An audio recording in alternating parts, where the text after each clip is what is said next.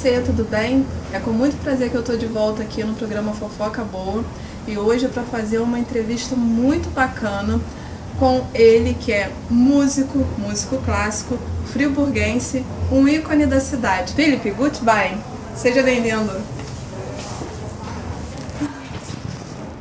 Tudo bom, Priscila? Tudo bem. Boa noite a todos. Fica à vontade. Então, Felipe, como a música entrou na sua vida? Na verdade, essa história é uma história um pouco engraçada. Meu primeiro contato com o instrumento musical, minha mãe tinha um violão e ele costumava ficar deitado em cima do sofá. Ela às vezes tocava, deixava o violão. E eu era muito pequeno, não estava nem na época ainda de cair os dentes de leite. E eu estava brincando nas costas do sofá e eu caí. Caí com a boca no violão e na batida afrouxou os dentes e quando eu puxei as cordas arrancaram os dois dentes da frente. E eu fiquei desfalcado um tempão até a época de começar a crescer novamente, né? Eu gosto sempre de brincar que ali já foi um primeiro sinal de que, né, tinha alguma ligação. A música ia fazer parte da sua vida de um jeito ou de outro. Isso. Mas você até que seu sorriso é bem certinho, eu acho que eu devia ter feito isso também, porque não tá muito... talvez, quem sabe, cair aí assim, ó, na música. Aí teve uma ocasião no colégio que um amigo meu, ele tinha um tecladinho desses de brinquedo, que tinha uma musiquinha de demonstração.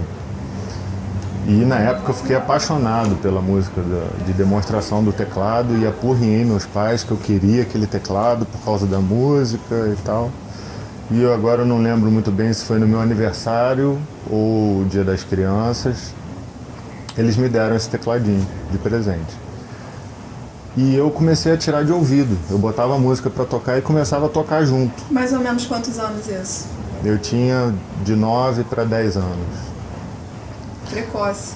Isso, aí eles ficaram assustados, não é a palavra, né? Eles ficaram impressionados, né? E no ano seguinte eles resolveram me matricular na aula de teclado. Né? Falaram, bom, já que ele gosta, já que ele está se interessando, vamos desenvolver isso. E aí eu cursei durante um ano, eu fiz o curso de teclado e também ia pegando uma música por semana, cada vez mais difícil, cada vez mais rápido. Me dedicava bastante e a professora já estava meio que assim, você está desenvolvendo muito rápido, de repente se você passar para o piano, vai ser mais vantajoso, você vai poder aproveitar mais essa vontade de estudar. E aí, no ano seguinte, eu iniciei os estudos. Eu estava com, acho que 10 para 11 anos. E aí eu iniciei os estudos de piano mesmo. E aí começou essa paixão pelo piano, né? Eu tocava piano a tarde inteira, eu estudava na parte da manhã, chegava em casa, almoçava, pulava a parte do dever de casa. Essa parte a gente, né? Pula. E ficava tocando piano a tarde inteira. Inclusive, às vezes, vizinhos dos outros andares ligavam perguntando qual era a música que eu tinha tocado, qual era o nome da música, se eu podia tocar de novo. E isso foi uma tinha época... até pedido de bis. Tinha. Essa época foi uma época muito legal. E eu terminei os meus estudos, graças a Deus eu estudei com um maestro. O término dos meus estudos foi com o maestro Ivan Cid. E eu terminei exatamente junto com o colégio. Então ele me preparou para fazer o vestibular para música na UFRJ. E eu fiz e passei. Mas na época a gente não tinha condições, não é como é hoje em dia, essa coisa de dividir apartamento, não tinha essas facilidades e nem a questão das repúblicas eram tão acessíveis ou seguras. E aí a gente optou por não ir. Então eu acabei não indo, né? Mas recebi, logo após a minha formatura, eu recebi o convite de começar a dar aula de teclado aos 17 anos. Então, desde essa época eu venho trabalhando com essa área da educação musical. O meu foco dentro dessa área sempre foi uma coisa individualizada. Isso é uma percepção que eu tenho, que foi reforçando através do tempo, de que esse mito, né, do talento musical, a pessoa tem talento para música, isso é um mito. Eu ia tocar exatamente nesse assunto. Eu acho que dom é uma coisa que a pessoa pode ter, né? Quando você começou, você tirava música de ouvido. Não é qualquer um que tem esse dom, mas daí é você ser um profissional, ter técnica e tudo mais, depende única e exclusivamente do seu empenho, do seu estudo, né? Sim. Então acho que é um conjunto no final das coisas, porque também dependendo musicalmente falando, seja em canto, seja em instrumento, se a pessoa não tem dom, mas se ela for muito aplicada, ela consegue? Consegue. Ai meu Deus, eu tenho salvação. Consegue. Isso E inclusive em Niterói eu trabalhei muito com a questão da musicalização infantil. A gente trabalhava com turmas que começavam com a flauta doce para aprender as primeiras noções ter uma ideia, de nota, de tempo, de ritmo. E sempre no finalzinho da aula a gente apresentava um instrumento. Hoje a gente vai ver o teclado, hoje a gente vai ver o violão, hoje a gente vai ver o baixo, hoje a gente vai ver a bateria. E é impressionante, por isso que eu estava falando dessa questão de que eu não acredito em um dom ou um talento, porque esse talento ele é particionado. Tem pessoas que têm uma memória auditiva muito boa, então elas conseguem pegar as músicas de ouvido muito fácil. Outras, se não estiver lendo uma partitura, elas não conseguem. Uns têm uma facilidade rítmica muito grande. Isso a gente via, tinha crianças de 6 anos que sentava pela primeira vez na bateria e já tinha o ritmo direitinho, enquanto os outros não conseguiam marcar nada. Mas essa mesma criança que não conseguia marcar nada ia para um instrumento de sopro e já conseguia tirar as notinhas que a outra não conseguia. Entendi. Então é muito difícil quando a gente fala em dom musical, a gente tem que prestar atenção, tem que ter essa sensibilidade de ver qual área de repente é a área melhor para o desenvolvimento da criança, né?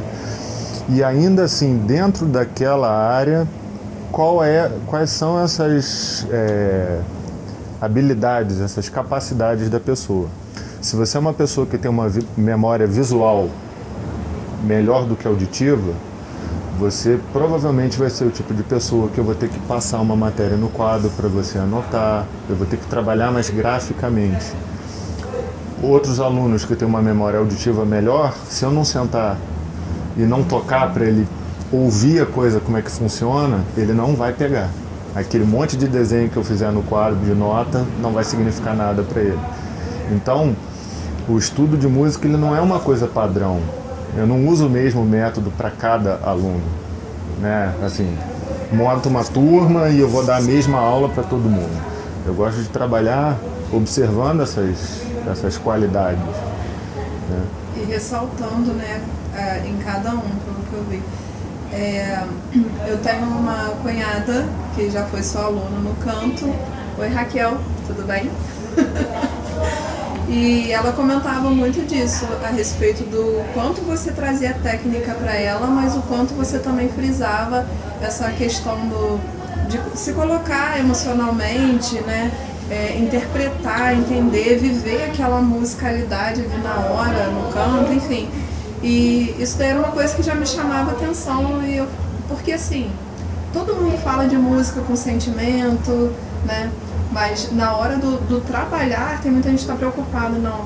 Tem que alcançar a nota, mas às vezes está alcançando a nota, mas não está transmitindo nada. Exatamente. Né? Exatamente. E eu acho que isso daí também é uma particularidade. Vários professores fazem isso, tá? Mas assim, não são todos que acabam levando isso tão a sério. E é muito legal essa sua questão você está colocando, de os alunos, cada aluno você vê como vai trabalhar especificamente com ele, não é aquele padrão de aula, né? Exatamente. Só para você ter uma ideia, dentro do próprio ensino do piano, cada mão é uma mão. Então, por mais que você hoje, né, você tem métodos que já vêm com um dedilhado específico, que tem que ser daquela coisa, eu não acredito nesse ensino tão engessado. Você tem alunos que às vezes têm facilidades com determinados movimentos em que aquela música não vai ser difícil para ele. Então ele já pode tocar aquela música. Outro aluno, talvez com a mesma idade, que tem o mesmo tempo de estudo que ele, aquele movimento específico seja um movimento difícil para ele da mão. Um exemplo, alternar entre o segundo e o terceiro dedo. Às vezes para um aluno esse movimento é um movimento fácil. Então ele vai dominar uma música que tem esse movimento com mais facilidade. O outro, com o mesmo tempo de estudo, com a mesma idade, não vai conseguir. Então eu tenho que medir os exercícios baseado no desenvolvimento do que cada um precisa. Em relação a essa questão, a gente vê muitos pianistas, inclusive profissionais, que se apegam muito a essa questão da técnica, né? Existe um período do nosso estudo que a gente se preocupa muito em tocar rápido. Tocar rápido significa tocar bem. Caramba, ele toca muito. É aquele cara que... né? E chega uma certa hora que você começa a prestar atenção a esses detalhes, da sensibilidade, como é que ele consegue destacar, passar uma ideia musical de uma forma que emocione. Então, isso tem um valor muito grande musical. Isso no instrumento já faz muita diferença.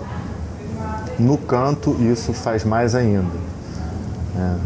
O exemplo que eu sempre gosto de dar é essa questão do telefone. Você liga para uma amiga, no alô dela, às vezes ela só falou alô, você fala assim, nossa, o que aconteceu? Você já sabe que... E ela só falou alô. A entonação de voz, a voz ela passa muito essa coisa da emoção. Então o canto, mais do que qualquer outro instrumento, ele expõe muito essa parte emocional. Então, o canto ele tem um pouco do ator, né? O cantor ele tem um pouco do ator. Eu não posso virar para você e falar assim, Priscila, eu estou muito feliz, eu ganhei na Mega Sena. Você não vai acreditar nunca, né? Senão eu já estava te pedindo uma parte. Como eu também não posso virar para você e falar assim, Priscila, eu estou muito triste hoje. Eu falei as palavras... E eu não quis dizer nada. E não passei. Ah, mas espera aí, eu falei as palavras certas. O que faltou? Então, esses exemplos marcam bem a importância dessa... Mais do que ensinar a nota certa, no tempo certo, é a intenção que você dá e isso que você está fazendo. Então eu gosto de trabalhar, quando a gente trabalha essa questão do canto, o aluno prestar atenção, às vezes em detalhes simples.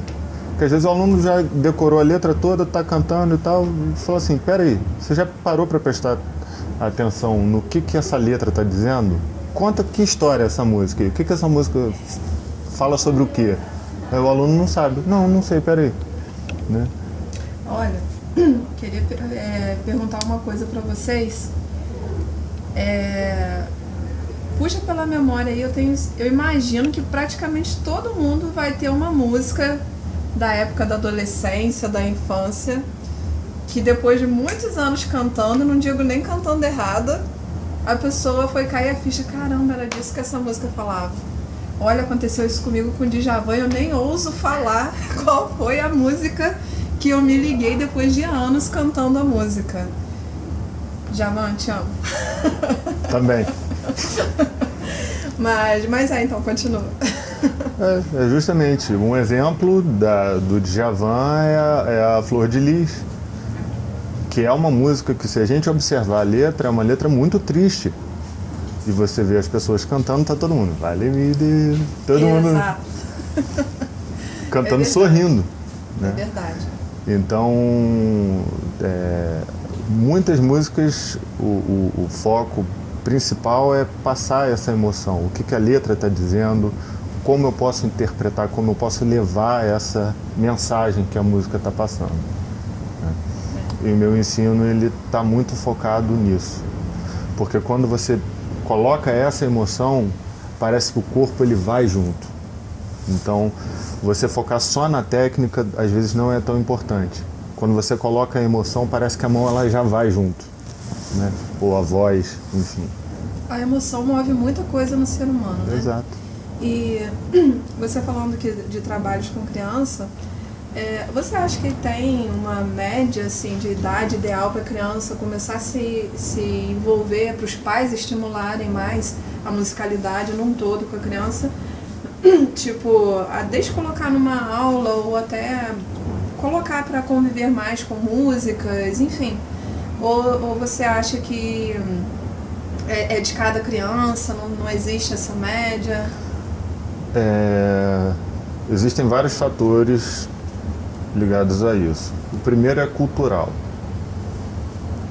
A gente fala muito esses orientais, vê os orientais, aqueles pequenininhos de 3 anos tocando peças absurdas no piano, mas é porque eles têm uma tradição de disciplina muito, muito rígida, desde muito pequeno.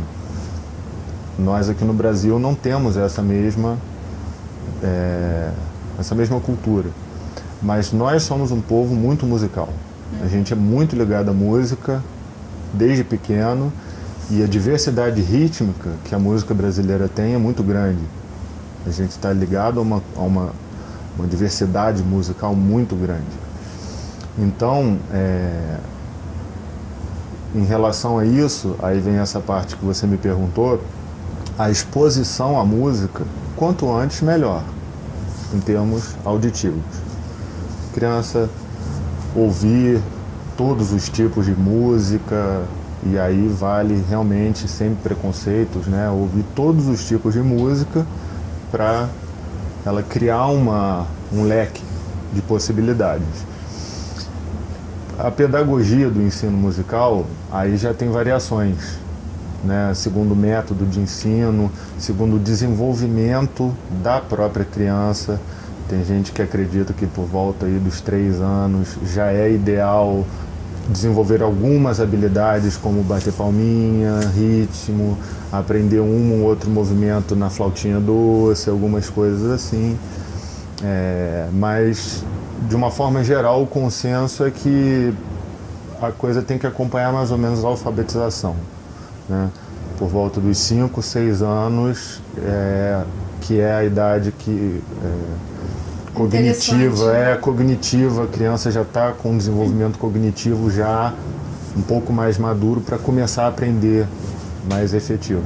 Até aí um trabalho é mais de apresentação ao mundo musical, né?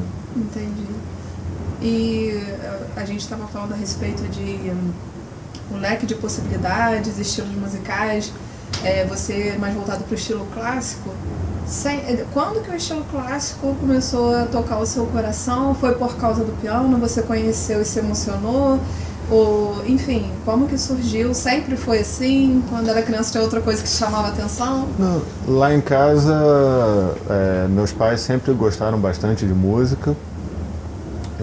Eu cresci ouvindo muito do lado do meu pai, muita música clássica, muito Elvis. Meu pai ama Elvis.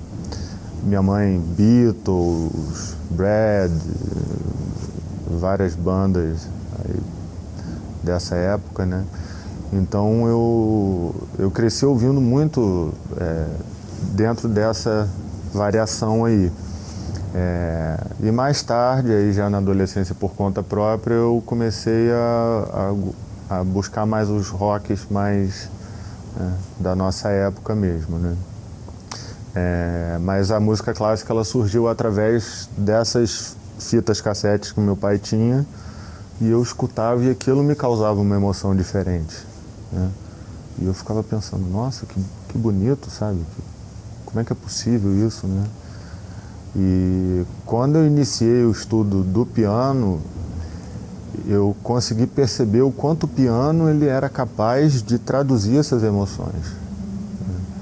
Tem gente que toca piano porque acha chique. O piano, para mim, ele era uma coisa quase que de vida, sabe? Eu tive uma criação muito reservada, né? Eu ficava muito em casa. Então, muitas coisas eu colocava ali no piano, né? Muitas coisas que eu não podia viver lá fora, eu vivia ali através do piano. Então, essa ligação emocional ajudou muito o desenvolvimento com a música, né, e com o piano especificamente. Outros estilos de música, eu não tenho muito essa barreira, né? Tem gente que não, eu sou da música clássica, não toco, né? Eu particularmente, eu gosto de vários estilos. Se me botar numa roda de chorinho, eu adoro, uma roda de samba, adoro, entendeu? Não tem muito essas coisas, não, sou pianista clássico, não me misturo, né? O que, aliás, é um ponto que, mudando radicalmente de assunto, é um ponto que eu acho, aqui em Friburgo existe, mas em todo lugar, né? Não só em Friburgo, dois tipos de músico. O que está ali para competir e o que faz porque ama. O que faz porque ama, ele não está competindo com ninguém. Ele vê um colega dele se dando bem e ele bate palma, né? O que está para competir, o que tem essa coisa do ego, da vaidade, quando ele vê alguém brilhar, ele ou quer derrubar, ou quer, enfim, quer que o outro caia do cavalo, né? Isso em todo lugar, né? Infelizmente. E eu nunca... Tanto é que uma das formas de você crescer dentro da carreira musical, principalmente no meio da música clássica, é participando dos concursos. Abriu o concurso nacional de não sei quanto tempo da morte de Chopin, e o recital vai ser isso. Ou vai abrir um concurso na Sala Cecília Meirelles sobre o compositor Marlos Nobre, tal. Eu nunca participei de concurso. Nunca participei de concurso. Meu objetivo nunca foi competir, eu nunca quis competir. A música sempre foi uma coisa muito pessoal, sempre foi uma coisa... Eu sempre quis superar as minhas dificuldades. A música que eu não conseguia tocar, aí eu sentava e ficava batendo aquela música até eu conseguir, né? E sempre gostei muito de assistir o show dos meus amigos, a galera que toca, e eu sempre tô lá aplaudindo e curtindo e torcendo. Bacana, isso é importante também, né? De que adianta também você ser o cara na música e estar lá sozinho? A música teria que sentido nesse meio. E a música já é uma coisa vista pela sociedade de forma muito polêmica, né? Nem todo mundo leva a música como algo a sério, né? Aquela famosa frase, né? Você é músico? Mas você trabalha com o quê? Né? Então, assim, nem todo mundo leva a música muito a sério. Então, se a classe artística, principalmente os músicos, eles não se unirem, eles não se apoiarem, a gente não consegue consolidar um trabalho para crescer junto, né? Enquanto um não apoiar o trabalho do outro, não fechar parceria, não expandir, é um puxando o tapete do outro e não cresce ninguém. Então, assim, eu acho que é muito importante essa coisa da união dentro dessa área. Gente, tá muito bom o papo aqui, eu tô adorando, acredito que vocês também. A gente vai para um breve comercial e já estamos de volta.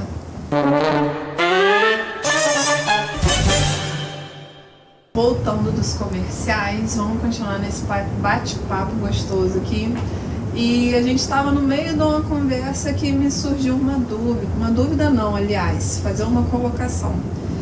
Você citou a respeito das pessoas falarem, você é músico, tá, mas trabalha com o quê? Complicado isso, né? Porque as pessoas, elas não entendendo a música como uma profissão, eu acho que dava para parar um pouquinho, né? Geralmente quem fala isso canta no banheiro, por exemplo, igual a mim, né? E aí não para pra pensar que pra pessoa fazer essa música que você ouve, que você acha tão bonita, tão linda, precisa, ó, suar o tupete. E a gente tá lá perguntando, mas você trabalha com o quê? Como se isso não tivesse sido um trabalho, né? E o trabalho com a música, ela também tem diversos níveis, né?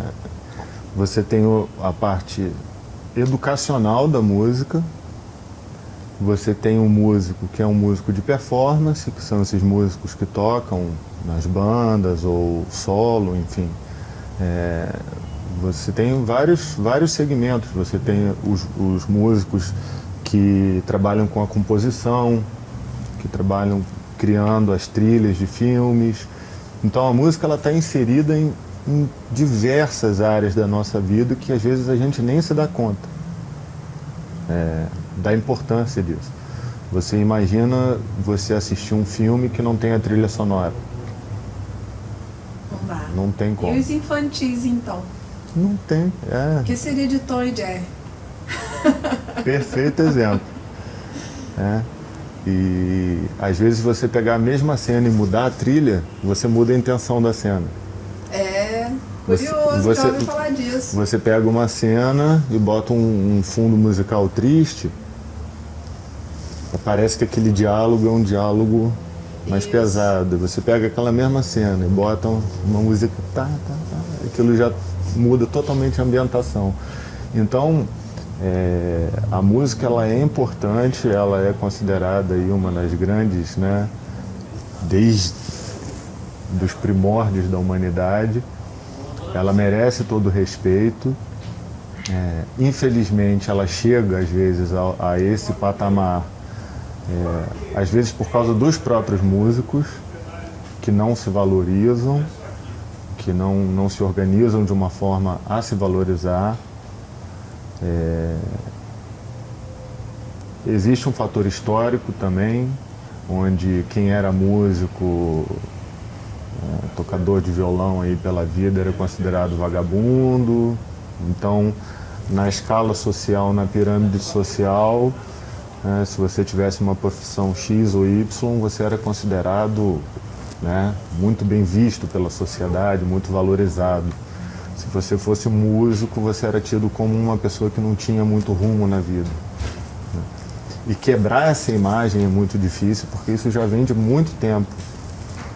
Então quando a gente trabalha, por exemplo, na parte educacional, que você dá aula de 8 horas da manhã, às vezes até às 8 da noite, que você está ali e os pais veem o resultado daquilo na vida dos filhos, do quanto aquilo está fazendo bem para as crianças, do quanto aquilo está ajudando a concentração das crianças, do quanto aquilo ajuda na autoestima das crianças, do quanto, às vezes, crianças que são mais inibidas, quando começam a participar das apresentações, socializar mais, elas socializam mais, elas perdem a vergonha, às vezes, de se apresentar em público, e isso ajuda quando elas estão em sala de aula, apresentar um trabalhinho.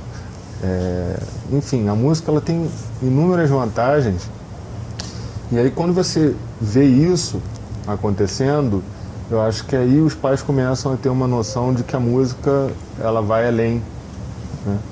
E vale a pena. Com certeza. Então, meu caro, por onde a música te levou?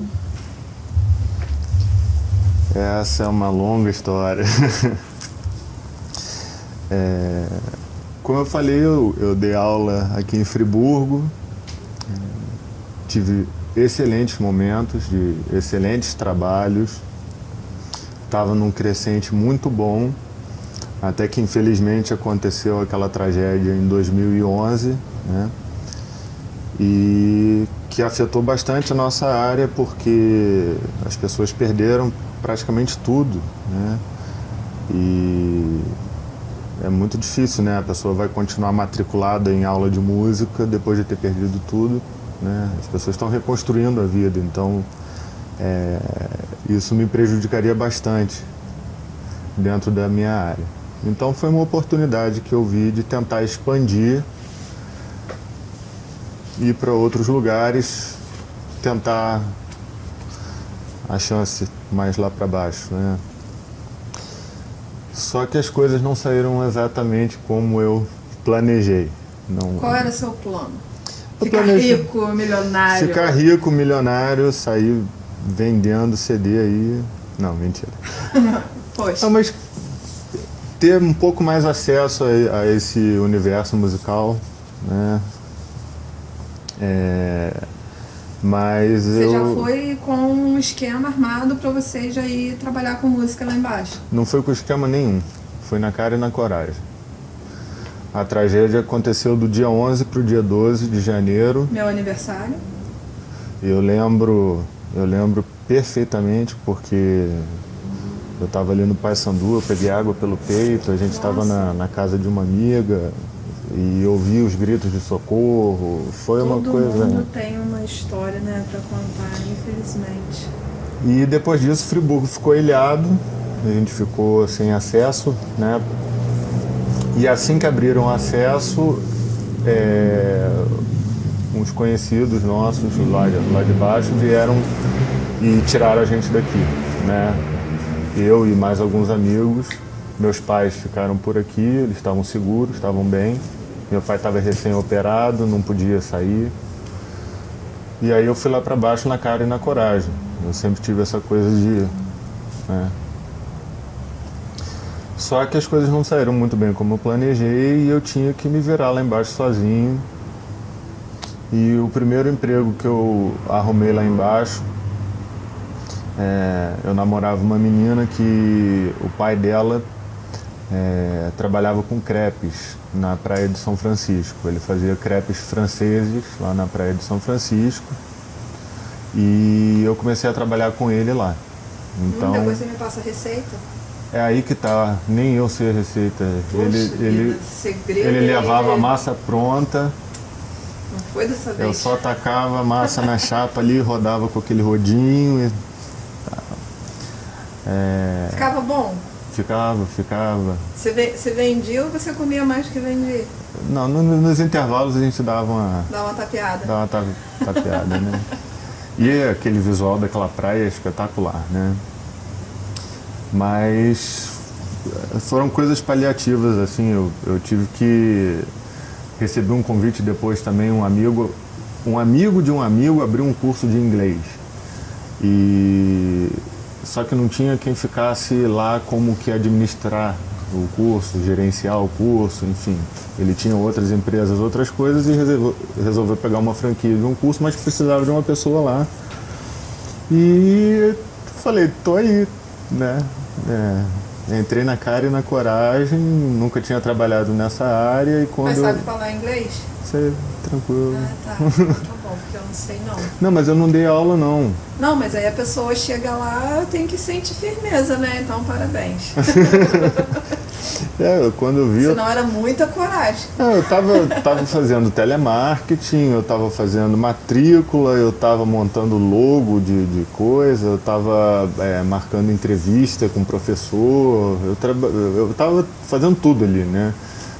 Montando grade de horários, separando turmas, vendo divisão de espaço, a coisa caiu toda na minha mão, assim. Foi uma experiência interessante porque eu vi que quando vem a necessidade a gente aprende. A necessidade faz o sapo pular, né? Com certeza.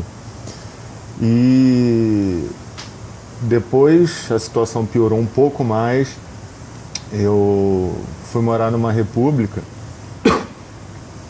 e eu conheci o Chumbinho, uma excelente pessoa. Ele era baixista do Vitória Régia, né? Ele era baixista do Vitória Régia e ele gostava muito de contar as histórias com o Tim Maia e tudo mais. Imagino quantas histórias ele não deve ter contado. Nossa. E ele, como ele trabalhava mais aos fins de semana, tocando com a Melinha lá no Rio e tal, durante a semana ele ficava mais tranquilo, mais livre. E eu, nessa época, eu já tinha saído lá do curso de inglês, então eu estava com a semana mais tranquila também. Então, essa época a gente estava bastante próximo, né? Mas, infelizmente, ele teve um problema de saúde e acabou, né, falecendo. mas ele me apresentou ao Toninho, que era o compositor e guitarrista de uma banda muito conhecida lá de Niterói, das antigas de Niterói, que era uma banda de rock progressivo, hard rock, tinha essas influências. E ele acabou me convidando para fazer parte dessa banda. E eu aceitei, topei, e a gente começou a tocar junto. Foi uma época bastante produtiva para a banda. Ele fez uma releitura de várias músicas da década de 80, a gente regravou, E eu fazia isso, mas não trabalhava só na banda. Então, aos fins de semana, eu era entregador de frango. Né? O pessoal ligava para um restaurante lá que tinha lá perto da onde eu morava, e eu pegava a bicicleta e ia rodando lá por Santa Rosa, entregando os frangos nas residências. Cara, eu acho que tem certas coisas que eu acho que Deus planeja muito bem. Eu não serviria para trabalhar entregando frango, porque eu acho que todos eles iam chegar faltando um pedaço. Não, você... Já teve alguma reclamação? Só teve uma vez que eu tive problema. Você pegou o quê? Foi a coxa? Não, eu caí de bicicleta. Ué? Poxa vida, tá vendo? Não pode. Eu caí de bicicleta porque esse dia tinha muito frango para entregar. E é tudo muito rápido, assim, os clientes, eles ligam e eles já querem que aquilo demore no máximo 15 minutos. Eu tinha que fazer o percurso muito rápido. E no último frango, eu já estava toda de bicicleta, o guidão soltou para frente, assim. Caramba, fomos eu, bicicleta e frango pro chão. E aí eu falei, não tem a menor condição, né, de eu levar o frango assim. Voltei pro restaurante, aí ele ligou pra pessoa se desculpando e tal. Deu PT no pobre coitado do frango. No frango, na bicicleta e em mim, né? Poxa vida. Mas, falando assim de história engraçada, voltando um pouquinho na música, nesse seu período assim de aula, tudo mais, tem alguma história que marcou, alguma situação engraçada com música? De aula até nem tanto, mas em casamento tem... Adoro essa casamento, eu acho que existe uma tensão tão grande no ar de não pode dar errado, que normalmente acontece alguma coisa. Vamos lá, uma das histórias foi durante o sermão do padre. Ele se estendeu bastante durante o sermão e eu esqueci de diminuir o volume do piano. Então o padre estava lá durante o sermão e a gente estava lá em cima no púlpito esperando o padre terminar o sermão, e aí eu comecei a repassar as músicas para ver se estava na ordem certinha, quantas faltavam para terminar, se estava tudo direitinho, mexendo na pasta. E o Agni, que estava cantando, ele estava apoiado lá na frente, só que o piano estava com o volume aberto. Nisso que eu passei a página, que eu fui voltar a mão para a perna, a mão bateu no grave do piano. Bum! Eu vi a igreja inteira fazendo aquele ôlada. Cara, e eu não sabia, eu enfiei a cara atrás da pasta assim, e a Agni ficou dali de cima, todo mundo olhou pra cara dele, ele não sabia o que fazia, e a igreja inteira olhando assim. Aí o padre, eu acho melhor eu parar de falar que já estão aí, não sei o que. Imagino que a noiva depois te agradeceu. Olha, foi uma situação engraçada. Outra situação engraçada, a gente fazendo um casamento no Anchieta, e o arranjo de flores, ele estava em cima de uma parte de madeira lateral do lado do altar. E eu não lembro se foi um dos músicos que foi passar ali para trás, pegar alguma estante, alguma coisa assim, que foi isso. Ele estava, eu acho que ele ia trocar de instrumento, alguma coisa assim. Eu sei que a gente estava tocando, ele foi lá atrás, na hora que ele voltou ele esbarrou no arranjo. Era um arranjo que tinha a parte de metal grande e tinha as flores em cima. Eu tocando, eu só via aquela torre vindo na minha direção. Ai, meu Deus. Câmera lenta. Eu terminei de tocar música igual o Júlio César, né? Cheio de coisa aqui, água no piano, em mim, cheio de... né? Aí terminou aí que a gente recolheu as coisas, tá tudo bem, tudo bem. Meu Deus. Essa foi outra história engraçada. Cada um.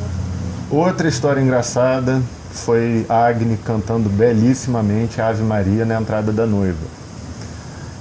E ele, não sei se você já teve a oportunidade de assistir alguma apresentação dele, ele tem uma voz absurdamente linda. E foi só voz e piano. Então a noiva começou a entrar, eu puxei aquela introdução no piano, e a hora que ele entrou com aquela voz de ópera, né, o canto lírico, começando a cantar Ave Maria, todo mundo esqueceu a noiva e começou a olhar lá para cima, né? E eu tô vendo a igreja toda começando a virar, olhar lá para cima.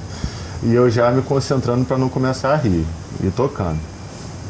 E aquele silêncio, né? Só a música.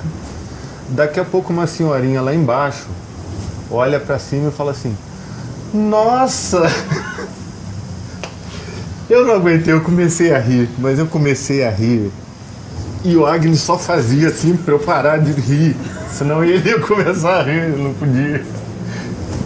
Olha, foram os próximos 5 casamentos. Gente, é bom eu saber isso, porque senão no dia do meu casamento, com licença, se eu estiver entrando nesse aconteceu, vai aqui pra parar que hoje é comigo aqui, a atenção é pra ser em mim, a festa é minha, favor, vira pra frente. Depois, quando terminar o casamento, deixa ele cantando, aí vocês, beleza.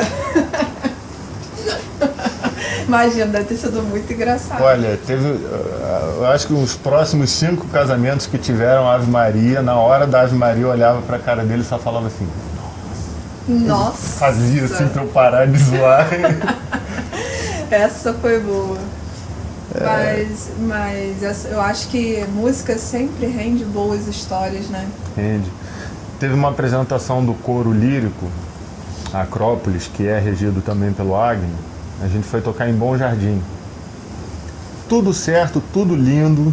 Na hora da apresentação na igreja, acabou a luz na cidade. E o que era para dar errado, ficou mais bonito ainda. Imagino. Porque a gente arrumou pilha para o teclado e acenderam todas as velas. Nossa, então a apresentação foi uma apresentação lindíssima, à luz de velas, né? Foi o erro que ficou melhor do que se tivesse sido, né? Acontece. É um erro na música que eu posso falar que é tipo isso que acontece comigo, é que eu canto muito bem. O que me atrapalha são os instrumentos. Quando entra qualquer instrumento tocando, aí a música desinveste, vai por água abaixo. Fora isso, minha voz é bonita, você precisa acreditar. Você precisa acreditar. Eu acredito, eu não desisto. Mas com o instrumento aí fica meio estranho. Eu amo o piano, o que me atrapalha são as teclas, né? Então, cara, ele me entende. A gente tá se entendendo. Deixa eu te falar, diante de tantas coisas que acontecem de quebrar, né, enquanto você tá tocando, qual desses 2 concertos aqui que eu peço? Depende do que você quer. Depende do que você quer. Então, se caiu alguma coisa e quebrou. E pra você tocar, então, né, de 2 alternativas só restaram 1. Eu queria deixar ele encabulado, mas eu não consigo, porque esse cara também é formado em letras. Então ele não deixa sem brincadeira. Eu não consigo aqui nem dar uma sacaneada no meu convidado. Como é que foi essa questão da formação, letras, que caminhos foram esses? Eu, quando eu terminei os estudos em piano, conforme eu tinha dito, eu não pude ir para o Rio estudar música. Então eu comecei a dar aula de música e fiquei durante 2 anos só trabalhando. E isso estava me deixando incomodado, porque eu falei, eu preciso continuar estudando, preciso fazer alguma coisa. E a minha segunda paixão é a literatura. Eu sou apaixonado por literatura, eu passava também, eu sempre pegava muitos livros na biblioteca municipal aqui de Friburgo. Devolvia? Devolvia. Deus, gente. Homem devolvia. disciplinado. A minha fichinha lá virava e grampeava, e virava e grampeava. A Eliane, que trabalhava lá, ela falava assim, nossa senhora, daqui a pouco tem esse caderninho de anotação, né? E eu lia bastante. Da mesma forma que eu falei, né, que o piano era uma válvula de escape, a literatura também era uma válvula de escape, né? Então eu pensei, bom, já que não deu para ir para a música, eu vou para essa área da literatura e resolvi estudar letras por conta disso. E aí acabei me formando, mas nunca tive planos assim de trabalhar dentro dessa área, né, de ser professor de português ou era mais para qualquer tipo, coisa. se você for preso, você não...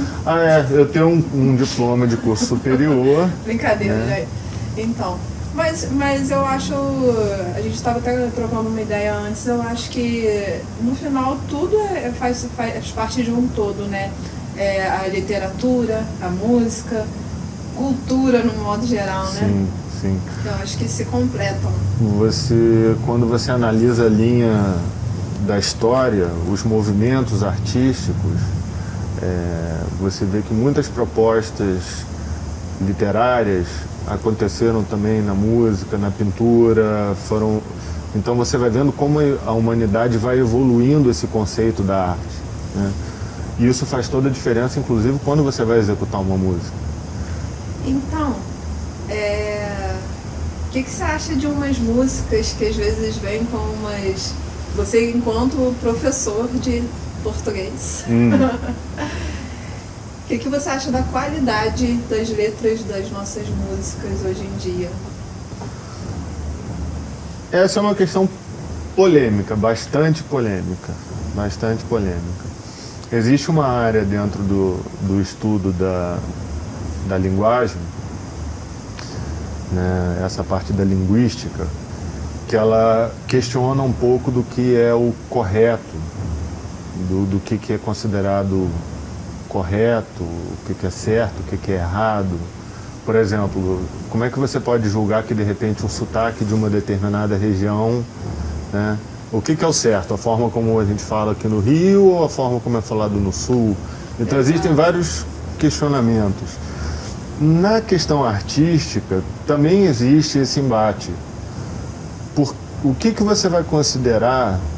Por que uma moda de viola com linguajar simples, com acordes simples, é considerada uma coisa muito bonita, né? Hoje em dia as pessoas valorizam bastante o sertanejo raiz, que eles chamam, né?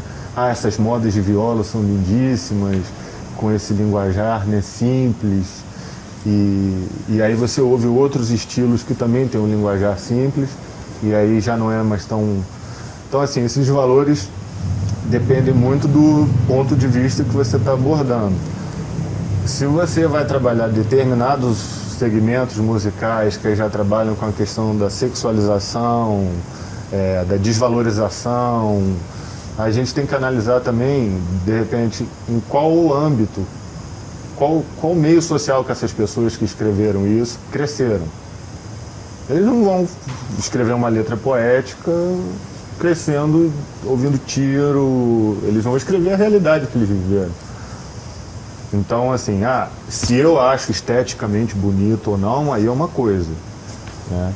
Mas eles podem produzir o que eles têm, né, para oferecer. E eu ainda aprofundando um pouco mais a pergunta, no sentido de... Me fugiu a palavra agora. Me fugiu mesmo. Dá um tic-tac aí que me fugiu a palavra. No sentido de criatividade. Entendeu? Nisso daí, não sei se é uma impressão minha. Eu acho que às vezes não só se tratando da qualidade do português, da qualidade, mas assim, às vezes a pessoa parece que só quer, não, esse daqui, a batida, o arranjo, não sei como diz, pede uma frase, eu não tenho uma frase para colocar, vou jogar qualquer coisa. Sim. Nisso daí eu acho que a impressão que eu tenho é que hoje em dia tem aumentado. Um dos grandes problemas da evolução da música foi o mercado musical. O próprio mercado musical atrapalhou muito a música. Por quê? Quando você tem uma música que estoura, isso lá atrás, você teve uma música que estourou. Um tempo depois você tem uma outra música que estourou. Depois você tem uma outra música que estourou.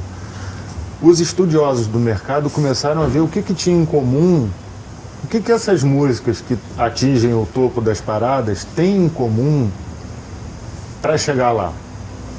Eles começaram a pegar esses detalhes, fazer uma fórmula. E aí eles viram que determinadas músicas que tinham um ritmo específico, uma sequência de acordes específicos, um tipo melódico específico, atingiam mais o ouvido, o cérebro já reconhece como familiar, já reconhece como agradável, então a entrada no mercado já é mais fácil, a pessoa já ouve e já gosta. Um exemplo é essa Despacito. Aquela harmonia ali, se você for buscar o histórico de quantas músicas existem com a mesma harmonia, com trechos de sequência da própria melodia, nossa senhora, sabe? Então, quando toca essa música a primeira vez, você já está dançando aquilo junto, porque é uma coisa que você já conhece. Você já conhece o teu organismo. Você dançou Despacito? Não. Não. Por que não? Eu acho que ele gosta de dançar, igual eu gosto de cantar no chuveiro. Não. Eu acho que ele gosta de dançar escondido também. Não. Quando a pessoa insiste muito... Eu gostava de dançar muito forró. Sério? Dançava um forrozinho legal. Gostava. Essa época foi uma época muito boa daquele Friburgo. Tipo, estilo salão, como é que você... Não, forrozinho de pé de serra. Mas é bom, né? É bom. Gostava. Fora isso, não levo muito jeito pra coisa, não. Nem o ombrinho balançava na hora que eu começava dele? Não. Eu sou daqueles... Eu vou pra ensaio de escola de samba, eu adoro o que tá rolando, mas eu sou do dedinho pra cima. Então você ficava 10 pra cima. Tipo isso só? Tipo isso, exatamente. Então tá bom. Exatamente. Sendo que da terceira vez que eu ouvi uma música, eu já queria... Já cansou. Já queria quebrar o... Não faça isso, não faça isso. Tem outras músicas boas ainda. É porque principalmente quem trabalha com música... Por exemplo, se eu estiver conversando com você e tiver uma música tocando, meu ouvido tá lá.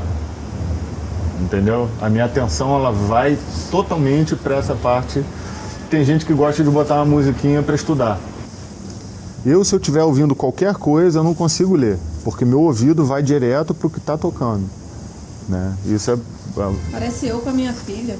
Eu tô fazendo qualquer coisa, mas se minha filha tá aprontando, eu tô de olho nela. A nossa atenção ela vai, e como eu trabalho com isso o dia inteiro, a tendência, a minha atenção já está condicionada a ficar naquilo ali. Então, acaba que o ouvido também fica meio estressado com isso, né? E a gente fica com a música grudada na cabeça, porque essa música é feita para ficar grudada. A famosa chiclete. Exatamente. Então eu ouço uma música dessa, 3 dias sem dormir, você bota a cabeça no travesseiro de noite para dormir e tá aquele cara cantando lá no... Eu sabia que ele sonhava com Despacito. Então, gente, como em todo programa eu faço um desafio, a ideia desse desafio é todo mundo... Ah, você não sabia? Tá amarradinho aqui, gente, não foge não. A ideia desse desafio é justamente a gente observar que quando o outro faz o que a gente julga ser fácil, né? Eu vejo o outro fazendo, tá, é fácil, mas agora e quando eu vou fazer? Será que é tão fácil assim? Né?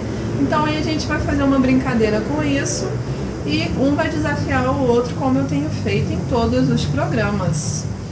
Então, Felipe, ele me mostrou aqui o gosto musical, né? Não tem muita barreira com música, mas pende mais para o clássico, o rock. Não vou te tirar muito da sua zona de conforto, não, tá? Mas eu queria ver você trabalhar com funk. Legal? Vamos vamos desenvolver mais essa ideia. Muita gente até falou aqui a respeito de qualidade musical, poética, sentimental e tudo mais. Eu vou ser um pouco ousada. Vou pegar um funk das antigas e eu vou pedir para você tocar de uma maneira clássica no piano. On the piano. Fechado? Fechado, combinado. Então, era só mais um Silva que a estrela não brilha. Fechou? Fechou, combinado, combinado. E agora, pra mim, o que você sugere?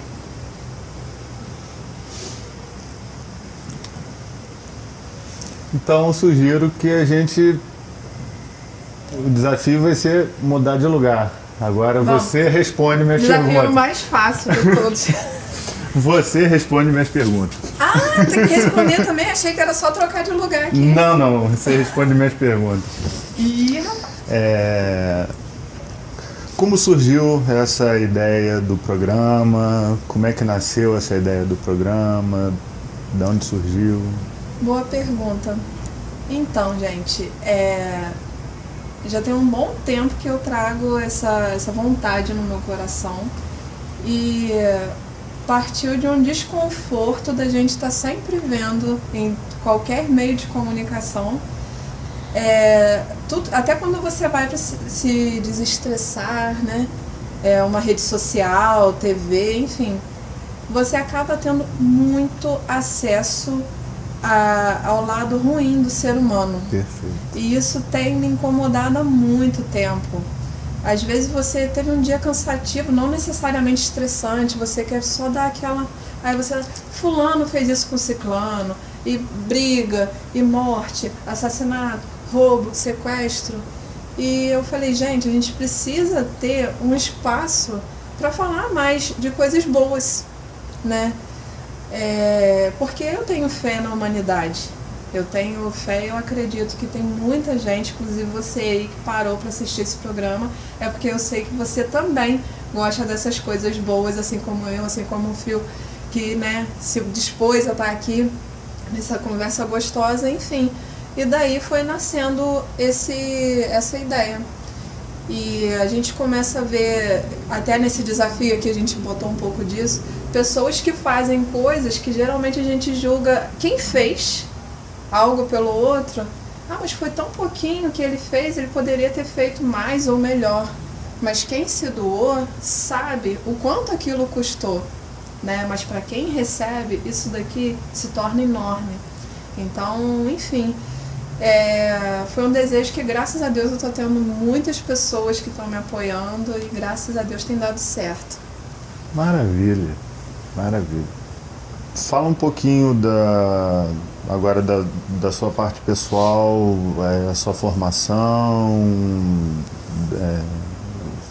estudo, formação, enfim.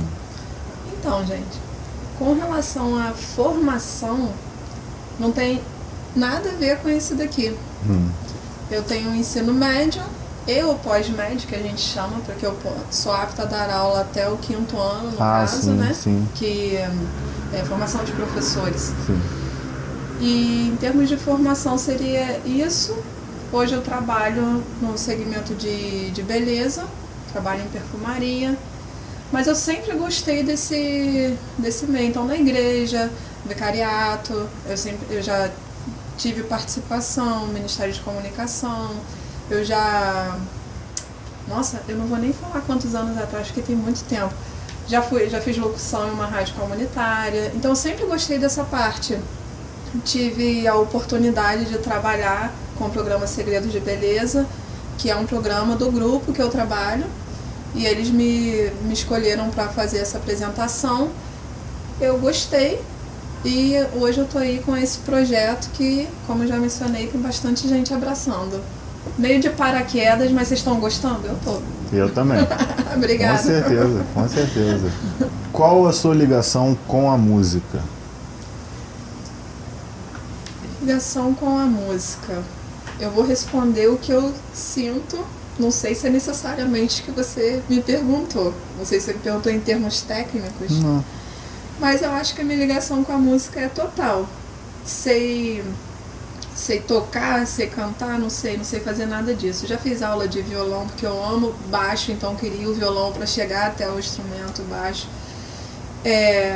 Teclado, eu já peguei mais ou menos, olha, um acorde é composto por isso e isso, e tinha um caderninho lá de alguém que estudou e me emprestou, e eu toquei algumas músicas até da igreja. Já cantei na igreja, gente, mas né, Deus perdoa, né? Mas assim, dessa parte, realmente eu sempre estive de paraquedas. Eu caio muito de paraquedas nos lugares. Só que falando da música em si, eu acho que música acho que me move muito em tudo. Assim como ele estava falando a respeito de uma trilha sonora, de um filme, para cada ocasião ter uma música específica, na minha vida também, eu acho que na vida de todo mundo. Não tenho muita limitação de estilos, eu acho que tudo cabe no seu momento. E a música tem muito poder. Aquele dia que a gente está mais para baixo, de me levantar, seja ela instrumental, eu amo música instrumental, amo, enfim, músicas mais N estilos. E é aquilo também que você falou. A música, ela traduz o nosso sentimento e eu consigo perceber muito isso. Eu não trato música como, gente, me perdoe pelo que eu vou falar, como um barulho. Música é uma coisa que tem extrema importância na minha vida. Gente, eu adorei estar aqui hoje nessa conversa com Felipe. Agora eu vou estar trabalhando mais a voz, ó. Só no conversar a gente já tá, enfim, para de bobeira. Mas muito obrigada por estar aqui, muito obrigada por essa troca e por trazer também tantos pontos aqui muito importantes para quem quer adentrar o universo musical e por partilhar com a gente a sua história também, tá? Seja bem-vindo de volta ao seu lar, né? E quantas vezes você quiser estar aqui no programa, será sempre bem-vindo. Priscila, eu que agradeço o convite, me senti extremamente honrado de poder estar aqui hoje com vocês, adorei também o programa, obrigado a vocês aí de casa, espero que vocês tenham curtido tanto quanto a gente curtiu aqui também. É importante sempre levar essa reflexão que a gente trabalhou aqui, muita coisa a gente trabalhou meio que na brincadeira, mas tem muitos pontos sérios, conforme ela disse, que vale essa reflexão. E é isso aí, daqui a pouco a gente se encontra aí no rap do Silva, né? Esse desafio. Então, uma boa noite a todos, da minha parte, eu agradeço, fiquem com Deus.